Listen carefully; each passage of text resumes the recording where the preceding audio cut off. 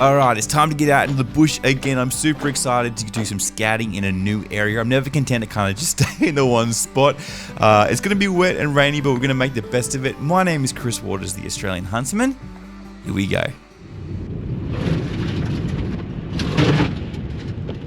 It's a bit rainy. It's going to be a bit wild and woolly out there. Alright, so we've just arrived and we'll just do a quick check of the wind to see what it's doing.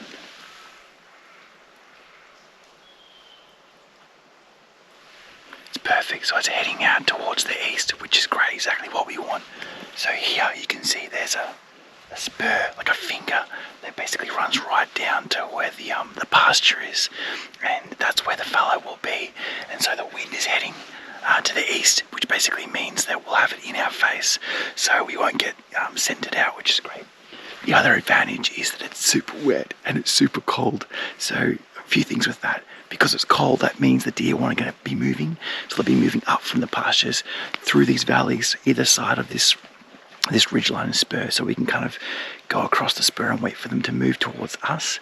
Also, it's spongy and wet underfoot, so we'll be a bit quieter. So I'm so excited. Let's just go. I can't wait. I feel like it's been ages since I've been hunting. Here we go.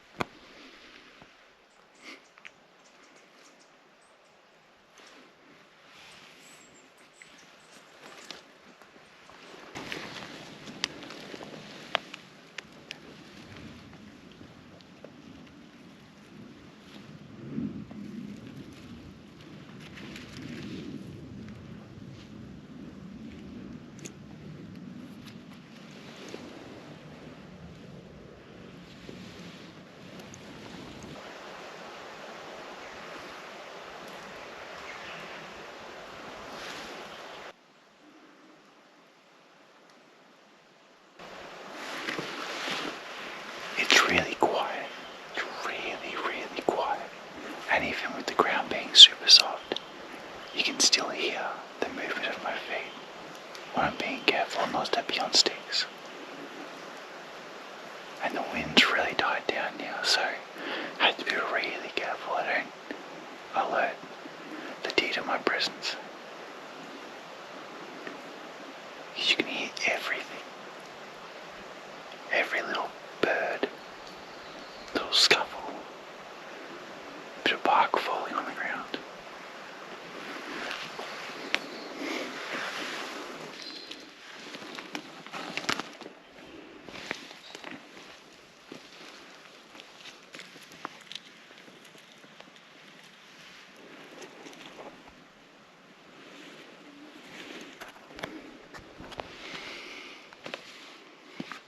So I'm about halfway down this spur, and I've just noticed here on the southern front there's this beautiful open area here, and it kind of extends all the way down. The spur itself is actually starting to kind of drop quite steeply, but also flatten out. And I'm always curious when I see areas like this that are super kind of flat, halfway up, full of greenery to feed on.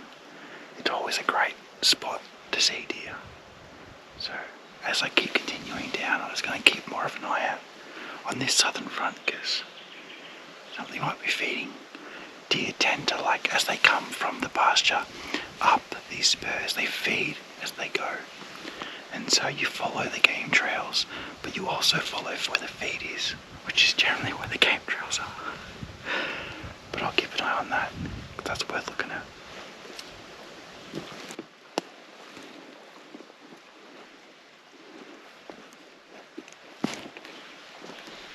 There are so many advantages to hunting in winter here in Victoria and Australia, but this is not one of them. When it rains so much and you have these little gullies following with streams running through them. You can see this one's broken.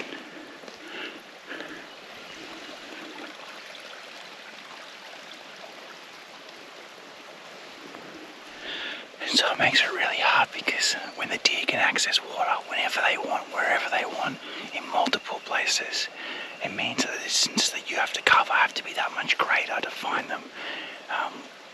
When it kind of dries up a little bit, it kind of forces them to kind of congregate near dams and wallows and places like that. But I mean, this is great for nature.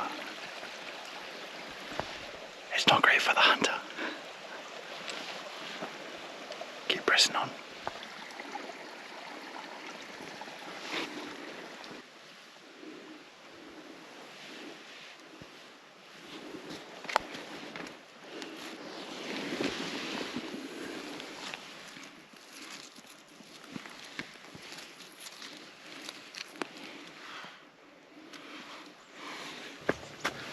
What's this? You want to hear about Australia's best hunting community? Alright, I'll oblige you for 60 seconds, then we'll get back to the content. Let's be real for a second. It can be really difficult for hunters who don't have other friends who are hunters and who aren't involved in a community of hunters that can help shape them and grow them and challenge them. And it's for that reason that I'm a member of the Australian Hunters Club and why I want to invite you to join. As well as your standard club benefits like hunting insurance and your genuine reason to own a firearm, our club also offers free member hosted hunts and access to private property, monthly guided hunt and gear giveaways, gear discounts, events, and a bunch more. But more important than all of those things, we are a tight community of passionate and optimistic hunters committed to growing and supporting each other through honest relationships and mentorship. And we also love feeding our families clean and organic meat. It doesn't matter what hunting style you prefer or what game you like to hunt, we are a diverse community and accept all hunters. And so if that sounds like a community that you want to be involved in, I want to personally invite you to become a member of the Australian Hunters Club. Care deeper, hunt harder, and grow together.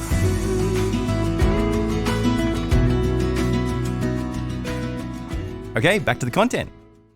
So I can't overstate how important game trails are to your hunting and to your hunting techniques and making use of them. And for new people who aren't familiar, like this is a classic game trail that I'm on right now. You can see here how it winds kind of down a natural landscape, following between these boulders. And then you can see here,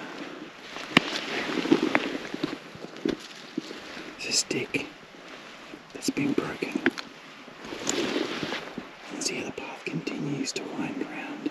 In fact, if you go a bit further, there's some poo there.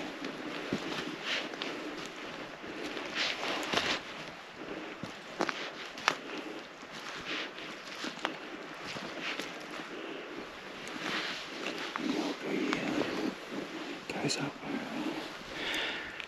And often you'll find game trails on the sides of spurs, like halfway up or 3/4 of the way up, and like multiple layers of them, and they basically run along the easiest path. And you'll see that, you'll see broken twigs at like just height, waist height on the ground. You'll see things like scuff marks on top of logs that have fallen over the path.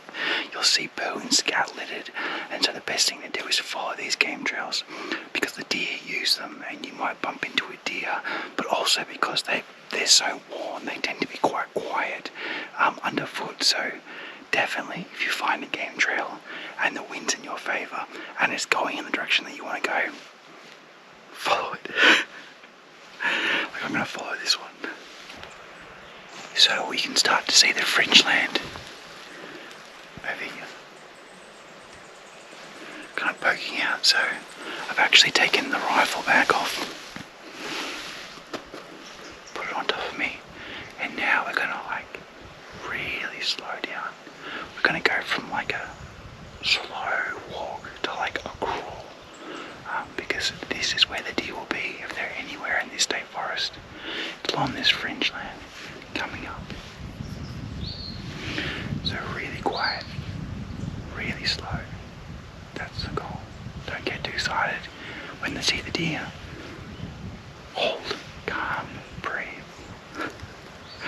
Don't shoot the first deer you see.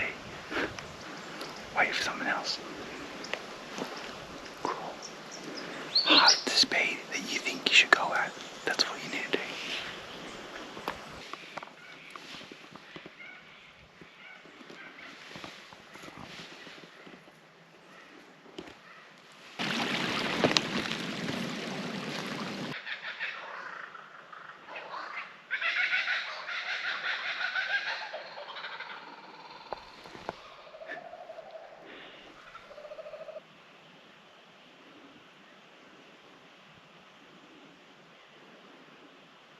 So I just spooked something over that way. I was just walking and I heard a big crack and the wind is moving. It shifted and changed and it's now moving away from me. I don't know. It hasn't seen me, but it may have smelled me. If it smelled me, it's gone. But I might just peek over and see if I can see anything. It's the first deer that I've heard while I'm here.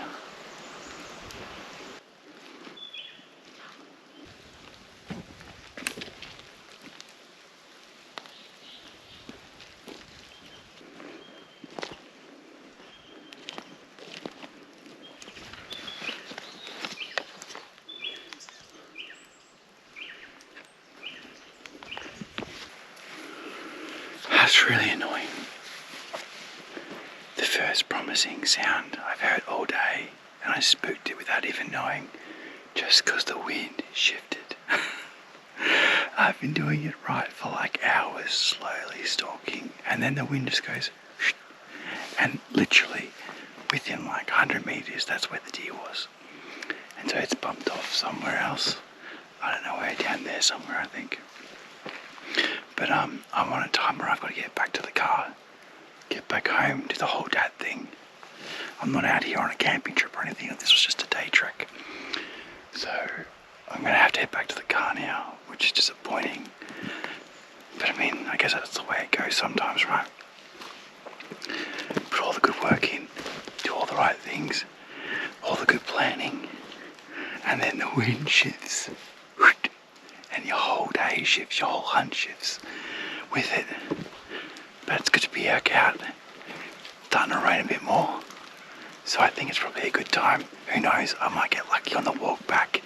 But if the video ends here, which you'll probably have a better idea than I will, well then I didn't get anything on the walk back. But I'll be back out again.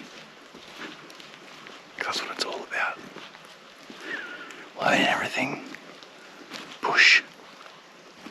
Learn something new every hunt. No failed hunts. And so that's how it goes with scouting out a new area. Look, if you get lucky and you see a game animal on that first trip, fantastic. But that's not the goal of the trip. The goal is to find evidence of animals so that you can come back and take more of a strategic approach and get an animal that you actually want. My rule of thumb in Victoria and New South Wales is if you find evidence of animal in terms of scat droppings, or you find feed in an area, or you get a physical sighting or a smell, it's worth coming back. If you don't, go somewhere else. There's enough state park around there. In Queensland and places like South Australia, you can't be so lucky. You're going to have to pick and choose the areas that you go and invest in them. But if you're in the other areas, just move on. Oh, there she is. Bit of a miserable walk back to the car. Got nice and wet though, won't need a shower tonight. So thanks for watching the video. I honestly really appreciate it. Make sure you comment below if you have any stories about scouting that you want to share. Always happy to have a chat. Also, if you haven't checked out the Australian Hunters Club, it is the best hunting community in Australia and I'm a part of it and I highly recommend that you go check it out if you're interested too. Otherwise, that's alright too.